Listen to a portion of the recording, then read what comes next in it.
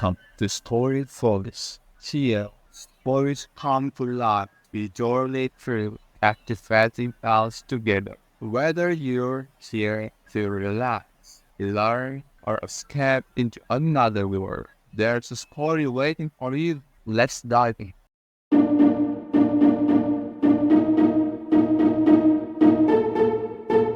Several days went by without any word from the philosophy teacher. Tomorrow was Thursday, May 17, Norway's National Day.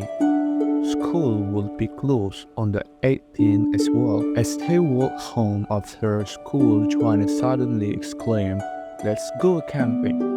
Sophie's immediate reaction was that she couldn't be away from the house for long. But and she said, "Sure, why not?" A couple of hours later, Joanna arrived at Sophie's door with a large backpack. Sophie had packed hers as well, and she also had the pen. They both had bedrolls and sweaters, ground sheets, and flashlights, large-sized thermos bottles, and plenty of their favorite food. When Sophie's mother got home around 5 o'clock, she gave him a sermon about what he must and must not do. She also insisted on knowing they told her they intended to make for a grouse talk. They might be lucky enough to hear the mating call of the grouse next morning. Sophie had an ulterior motive for choosing that particular spot. She thought that grouse talk must be pretty close to the major's cabin. Something was urging her to return to it, but she didn't dare go alone. The two girls walked down the path that led from the little Gaarder just beyond Sophie's garden gate. They chatted about this and that, and Sophie enjoyed taking a little time off from everything having to do with philosophy. By 8 o'clock, they had pitched their tent in a clearing by Crow's Top. They had prepared themselves for the night and their bedrolls were unfolded. When they had eaten their sandwich, Sophie asked, "Have you ever heard of the Major's cabin?" "The Major's cabin?" "There's a hut in the woods somewhere near here, by a little lake. A strange man lived there once, a major. That's why it's called the Major's cabin." "Does anyone live there now? Do you want to go and see? Where is it?" Sophie pointed in among the trees. Joanna was not particularly eager, but in the end they set out. The sun was low in the sky. They walked in between the tall pine trees at first, but soon they were pushing their way through bush and thicket. Eventually, they made their way down to a path. Could it be the path Sophie had followed that Sunday morning? It must have been almost. At once she could point to something shiny between the trees to the right of the path. "Isn't there?" she said. They were soon standing at the edge of the small lake. Sophie gazed at the cabin across the water. All the windows were now shuttered up. The red building was the most deserted place she had seen for age. Joanna turned toward her. "Do we have to walk on the water?" "Of course not. We'll row." Sophie pointed down into the reeds. There lay the rowboat, just as before. "Have you been here before?" Sophie shook her head. Trying to explain her previous visit would be far too complicated, and then she would have to tell her friend about Alberto Knows and the philosophy course as well. They laughed and joked as they rowed across the water. When they reached the opposite bank, Sophie made sure they drew the boat well up on land. They went to the front door, as there was obviously nobody in the cabin. Joanna tried the door handle. "Look, you didn't expect it to be open, did you? Maybe we can find a key, said Sophie. She began to search in the crevice of the stonework foundation. Oh, let's go back to the town instead, said Joanna after a few minutes. But just then, Sophie exclaimed, "Here it is, I found it." She held up the key triumphantly. She put it in the lock, and the door swung open. The two friends sneaked inside as if they were out to something criminal. It was cold and dark in the cabin. "We can't see a thing," said Joanna. But Sophie had thought of that. She took a box of matches out of her pocket and struck one. They only had time to see that the cabin was deserted before the match went out. Sophie struck another, and this time she noticed a stand of candle in a wrought iron candlestick on top of the stove. She lit it with the third match, and the little room became loud enough for them to look around.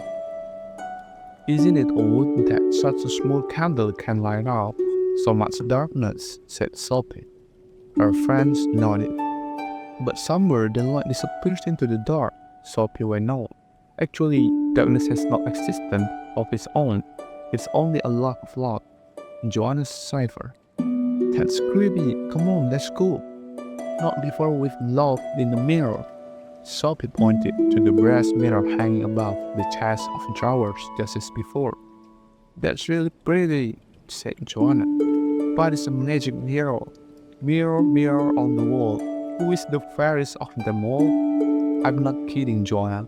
I'm sure you can look in it and see something on the other side. Are you sure you've never been here before?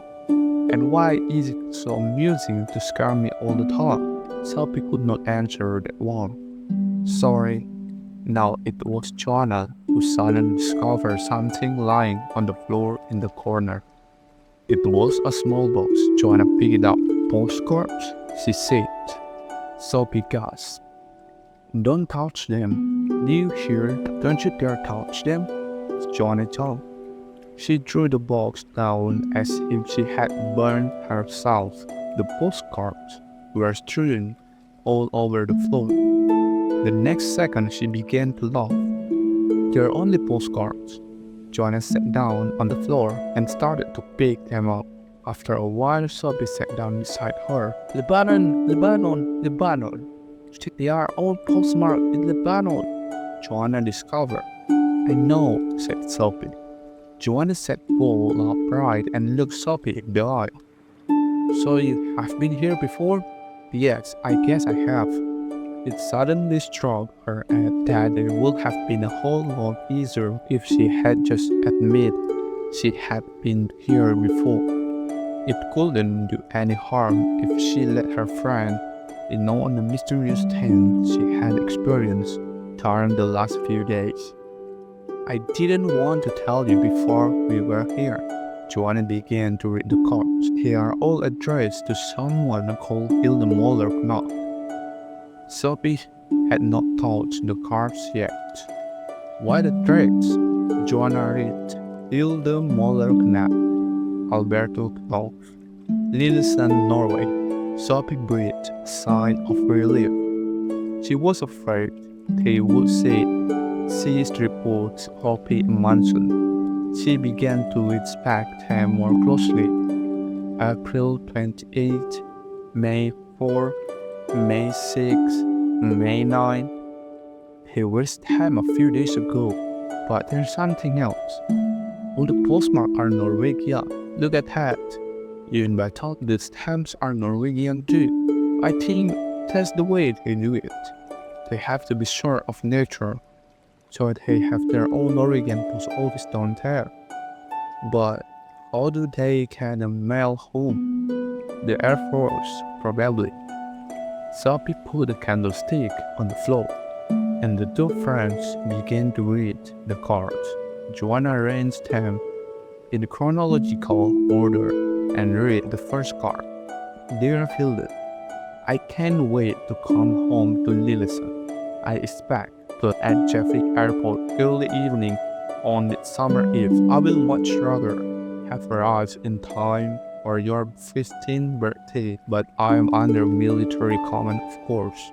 To make up for it, I promise to devote all my loving care to the huge present you are getting for your birthday. With love, from someone who is always thinking about his daughter's future. P.S. I'm sending a copy of this card to our mutual friend. I know you understand, Hilda. At the moment, I'm being very secretive, but you will understand. So we pick up the next card. Dear Hilda, don't here we take one day at a time. If there is one thing I'm going to remember from these months in Lebanon, it's all his waiting. But I'm doing what I can so you have as great a 15th birthday as possible. I can't say any more at the moment. I'm imposing a severe censorship on myself. Love that. The two friends said breathless with excitement. Neither of them spoke. He just read what was written on the cards. My dear child, what I would like best would be to send you my secret out with a white dove. They are all out white doves in Lebanon. If there is anything this war-torn country needs, it is white doves. I pray the UN will truly manage to make peace in the world someday. P.S. Maybe your birthday present can be shared with other people. Let's talk about that when I get home.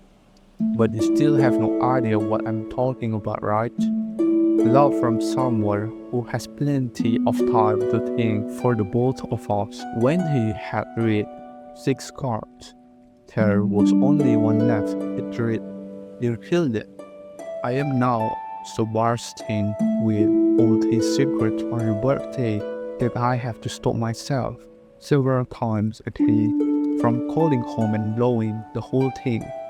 It is something that simply grows and grows. And as you know, when a thing gets bigger and bigger, it's more difficult to keep it to yourself. Love from there. P.S.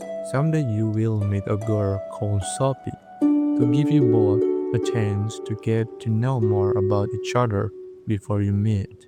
I have begun sending her copies of all the cards I sent to you. I expect she will soon begin to catch on, Hilde. As yet she knows no more than you. She has a girlfriend called Joanna. Maybe sight can be of help. After reading the last card, Joanna and Sophie sat quiet, still staring wildly at each other.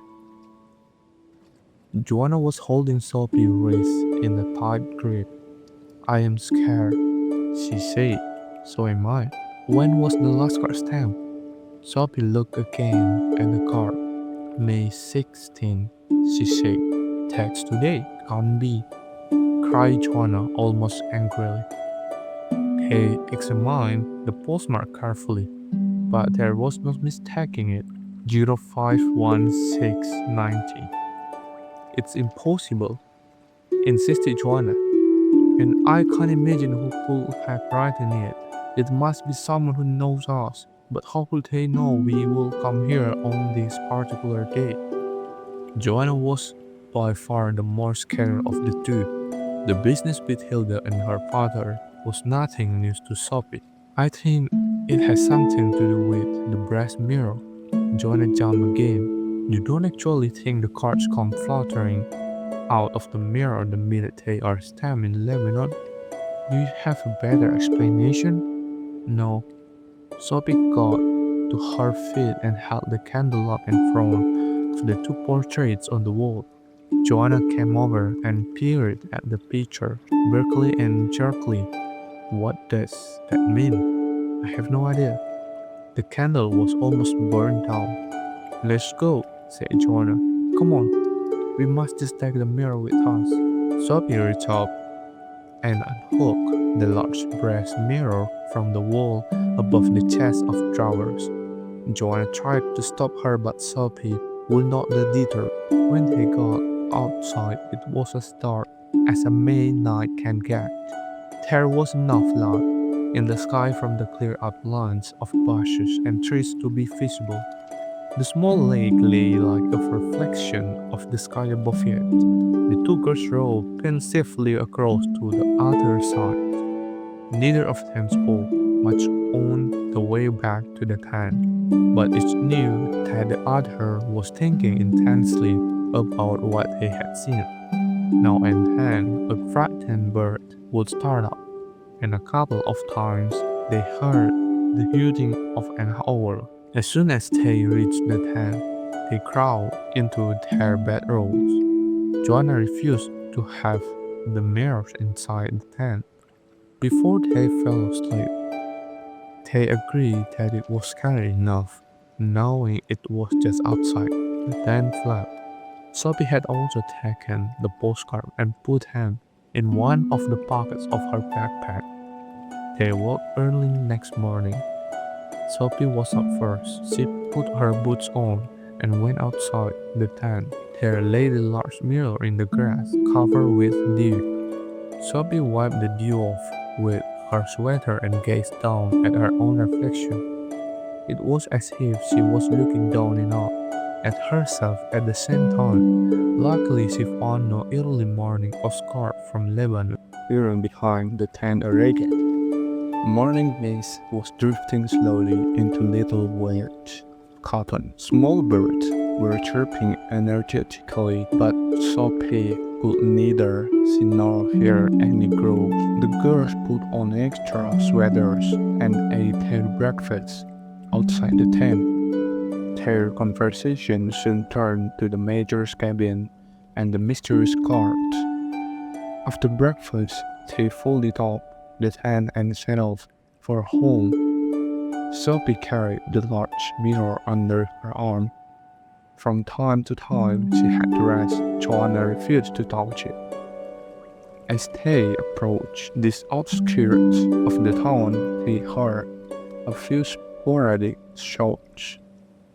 Sophie recalled what Hilda's father had written about war-torn Lebanon, and she realized how lucky she was to have been born in a peaceful country. The shots they heard came from innocent fireworks celebrating the national holiday. Sophie invited Joanna in for a cup of a hot chocolate. Her mother was very curious to know where they had found the mirror. Sophie told her they had found it outside the major's cabin, and her mother repeated the story about nobody having lived there for many years. When Joanna had gone, Sophie put on a red dress. The rest of the Norwegian National Day passed by normally. In the evening, the TV news had a feature on how the Norwegian UN battalion had celebrated the day in Lebanon. Sophie's eyes were glued to the screen. One of the men she was seeing could be Hilda's father. The last thing Sophie did on May 17 was to hang the large mirror on the wall in her room. The following morning, there was a new brown envelope in the bag. She tore it open at once and began to read. Above the broad clearing,